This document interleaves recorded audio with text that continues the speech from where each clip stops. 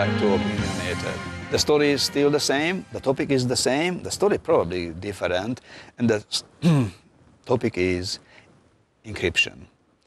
Encryption, as we heard before, it's go back in time. And even in the 20th century, it's two great things happened with encryption. Both of them happened in World War I and World War II. Let's see the video before we start talking to our guest. Today we got two guests, one in a set, David Cake, and we got Richard Berg from Melbourne. So let's see the video about the Enigma.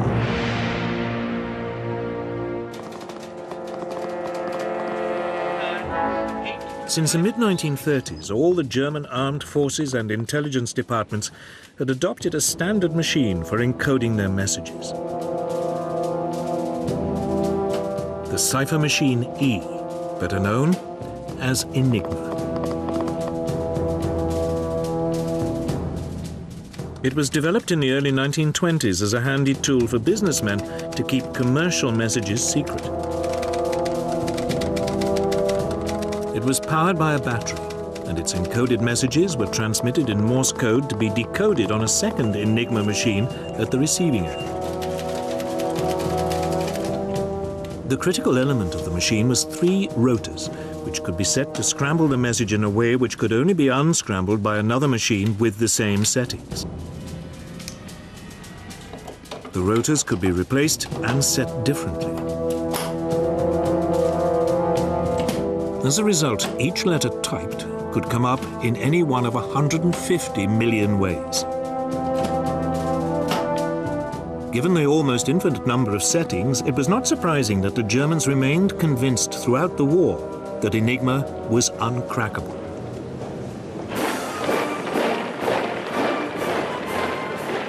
It was the Poles who took the first steps in solving this baffling puzzle.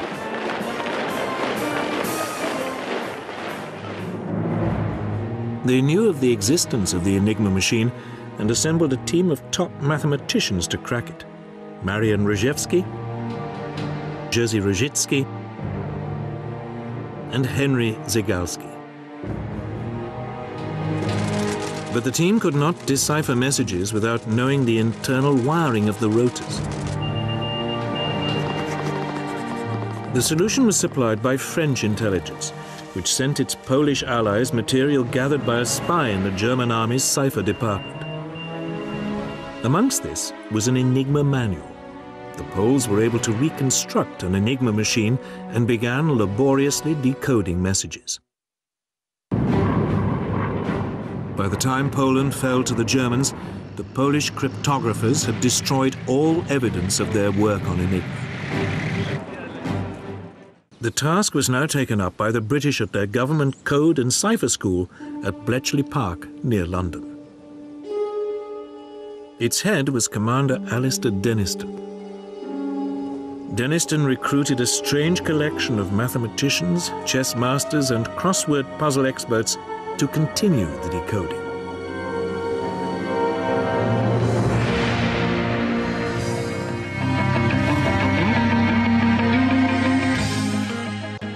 Definitely, Enigma was a big story.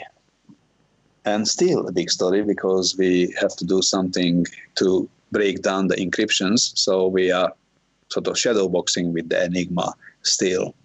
Richard Berling, who is board member of Electronic Frontiers Australia. Electronic Frontiers Australia. What is this organization, Richard? Tell us something about it. Electronic Frontiers Australia, in essence, is a organisation advocating for digital rights and digital civil liberties for Australians.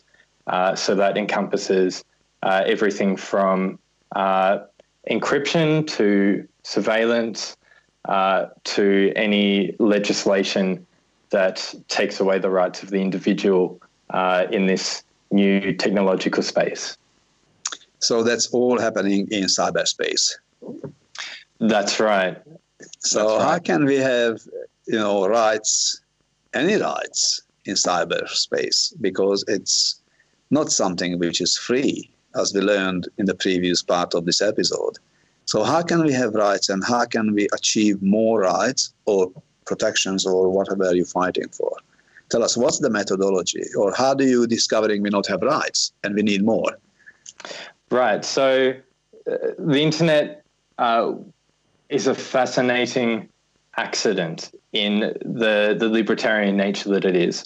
So I feel that the internet, when it was first developed, introduced certain protocols and technologies that enabled it to be decentralized the way that it is now. Consequently, by accident, it's kind of gotten away from governments. It's gotten away from intelligence services. Well, it had gotten away from intelligence services until recent years, where, as per the Snowden revelations, they've caught up in a very big way.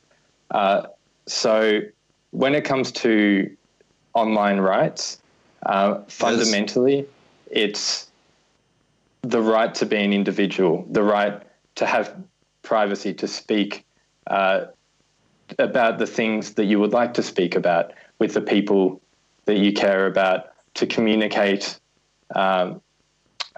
topics that you don't really want some. I think we lost a little bit, Richard. I think it's, Richard, you are frozen, so we try to continue this discussion with Perhaps David. Oh, perhaps you go back. Thank you, Richard. Not. No. So, David, how does it work? So you back, Richard? I am. I apologize for that. No, I'm not sure. worries. Someone must have been listening. Yes, someone must have been listening to us. We know that is given. We don't need to question that. So, okay, how do we discover we lost our rights for the government, for the agencies, for the secret agencies, for the not secret agencies, not so secret agencies like police? So why we give up our rights, or the rights been taken away from us? Which one? So I realize I'm stating the obvious here, but fear is very powerful, and there has been a lot of fear lately. And the same old tactic of national security keeps rearing its head because it's effective, it works. It makes us give up our rights without really considering the ramifications of it.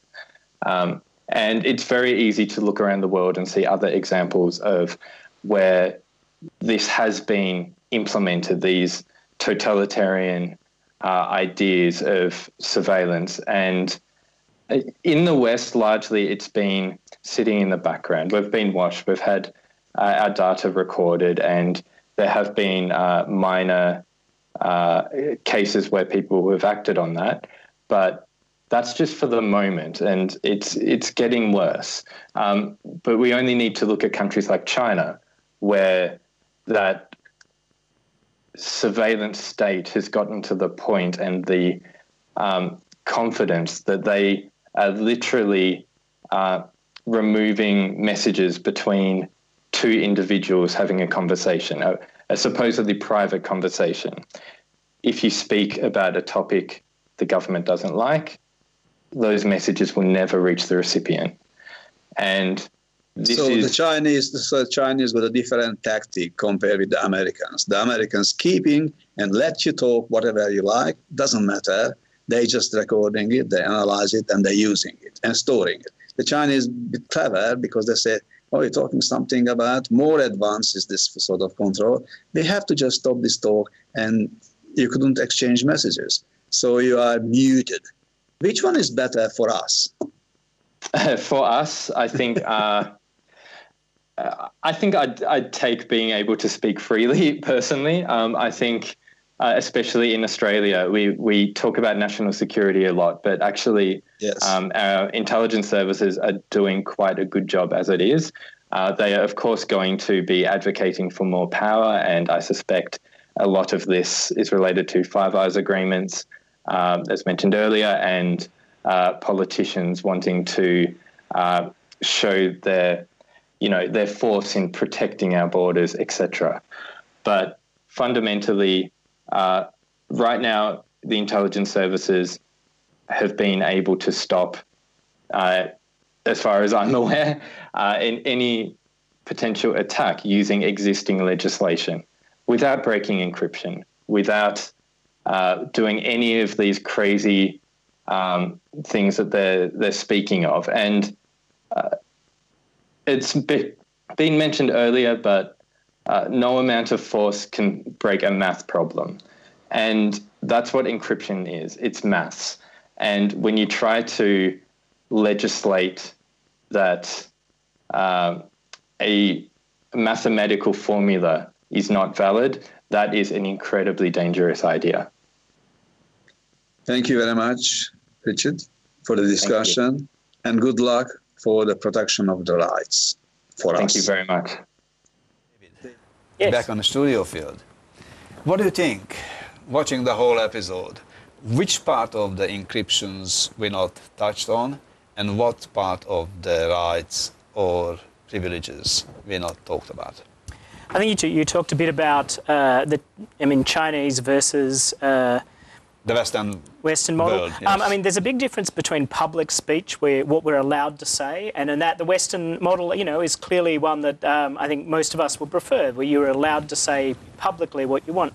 But privacy is an intrinsic part of that as well. We should have privacy. We should be allowed to say what we want to privately. We might be able to say things that the government doesn't like privately. That's considered a human right. It's one of the the universal human rights is the right to privacy. And how can we actually ensure that right? And this is a real question about when we all understand that is not an absolute 100% right. When we have a right to say, just in the same way that the right to free speech does not mean we can foster hatred or whatever, deliberately try to create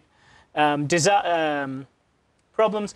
The right to privacy is not absolute. We don't have a right for conspiracy, but why not? Well, because come on, it's a crime. Conspiring is a crime? Well, we don't have a right to conspire to commit a crime, perhaps. Maybe that's a different matter. And so we acknowledge that the police will, we sort of accept the police. Well, if they're going to spy on criminals, we think, oh well, that's okay. They're criminals, or probably criminals. So of course we can spy on them. But where do we draw that line? And that is part of the question here. So the intelligence agencies, we sort of go, well.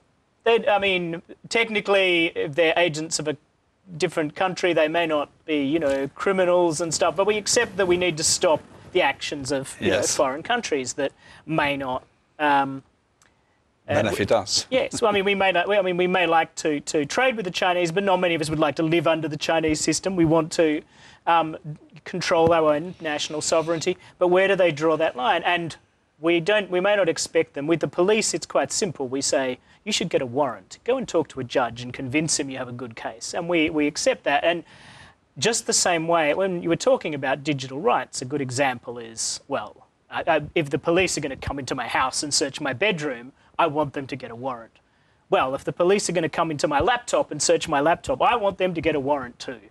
And that's but what do they need to have a warrant? They often they do. In our current law, they generally do. But they may, it can be tricky, and part of what Electronic Frontiers Australia and similar organisations around the world do is try and say, hey police, look, hey government, this situation in the physical world that we're used to, this situation in the cyber world is very similar. If you need a warrant to search my bedroom, you need a warrant to search my laptop. And analogous situations, if you need a warrant to spy on to tap my phone, well, you should need a warrant to, look into my email. And where that starts to get complicated is the computer technology can do things that don't need any warrant. Well, that were a lot more difficult to do. We didn't worry too much about. In some countries, like in communist East Germany, they used to have spy on a lot of people's mail and so on, but it took thousands of people, to do it. And now the NSA and so on go, well, we just get big computers and we'll get them to spy on everybody's email. Should this, because they can do it, should we allow them to? Preferably from another country, so who's spying on the Australians don't need the warranty from that is the question, is where do we limit it? And how do we say, well, this, no, actually, I think in order to get, you say that it's protect national security, but actually by, spying on all my stuff and letting my information about me get out and about, you are really reducing my security. You're putting me at all sorts of risks I didn't have. This is one of the things when we talk about security, we always talk about this idea of what is your risk? What is your threat model? What are you defending against? And if someone says, well, I'm going to fix this risk. Yes. I'm going to really decrease the risk that, and particular, but all that happens is we'll put you under surveillance and expose you to all these other risks. Then that's not a good trade-off. No. And at the moment, they're telling us terrorism, which actually doesn't happen very often, is such an important risk that we need to give up our privacy and put us at all sorts of other risks, particularly about what if the government changed and there was a radical faction, or what if there was a radical faction within the government or within the security agencies that started, say, targeting people based on their religion or something like that. That's very Orwellian. Yeah, and so the way we think about these, when it gets down to it, it's the whole of society saying, what are our risks and what are we what risks are we willing to give up? And do you think, David? But it's not just about risk versus that. It's also about principles, fundamental rights. We shouldn't be just going, oh, well, I should have the right to privacy because I find the risk unacceptable. We should say I have a right to privacy because, well, it's actually a fundamental human right, and we should all just have it. Used to be. And so this is where mass surveillance. We're not. I think a lot of the people are saying, well, we don't really necessarily want to give up surveillance 100% entirely. We want to understand what's going on. And the only way, if the government are not willing to reduce the amount of surveillance that goes on, well, this is the only way we can do it, is by encrypting more and more of our work. Now, encryption isn't, as we've said, it's not perfect. It's not all-powerful. But we like the idea that when we encrypt things, we are making it impossible to discover the secret. After all, now I like encryption better than in the front of the program. Dave, on that note, we have to finish because the time is running out from the program and something else is coming up on WTV. But don't forget, next week, same time, same channel, Opinionated, with another interesting topic. See you then.